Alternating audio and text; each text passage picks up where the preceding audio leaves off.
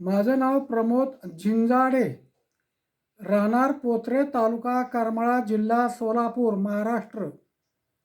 लहानपणी 7वी-8वीला असेल, माझा मित्र त्याची आई शेतात काम करत असताना तिला साप चावला आणि नंतर साऱ्या गावामध्ये ही बातमी पसरली.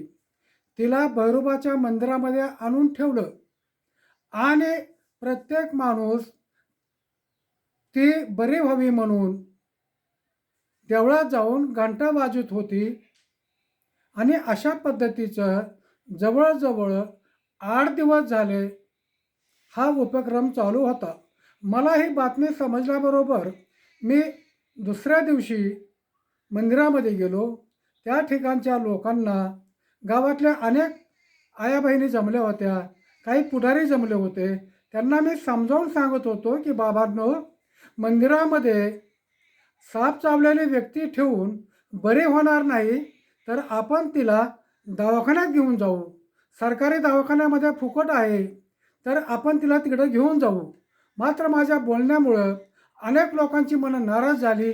काही लोकांनी मला शिवीगाळ केली आणि देवाला नावं ठेवतो, असं करू नको, तू इथं थांबू नको, निघून जा, आणि मला तिथून हाकलून काढलं. 8-10 दिवसांनी ती म्हातारी मरण पावली.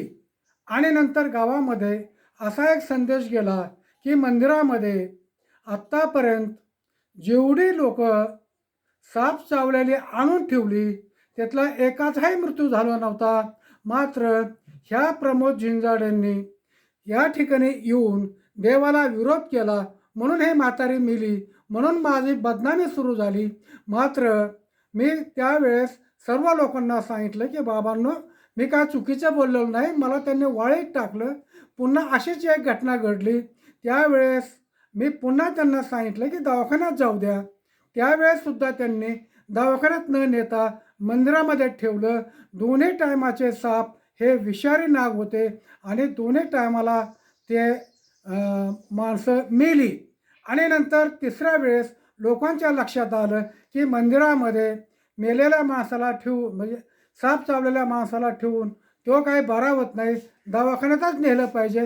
हा माझा संदेश गावकऱ्यांना योग्य वाटला आणि नंतर ही एक अनिष्ट प्रथा किंवा अंधश्रद्धा गावातली कमी झाली आणि आत्तापर्यंत जेवढ्या लोकांना साप चावला तेवढे लोक दवाखान्यात गेले, सर्व जगलेले आहेत. नमस्कार, धन्यवाद. ऐकल्या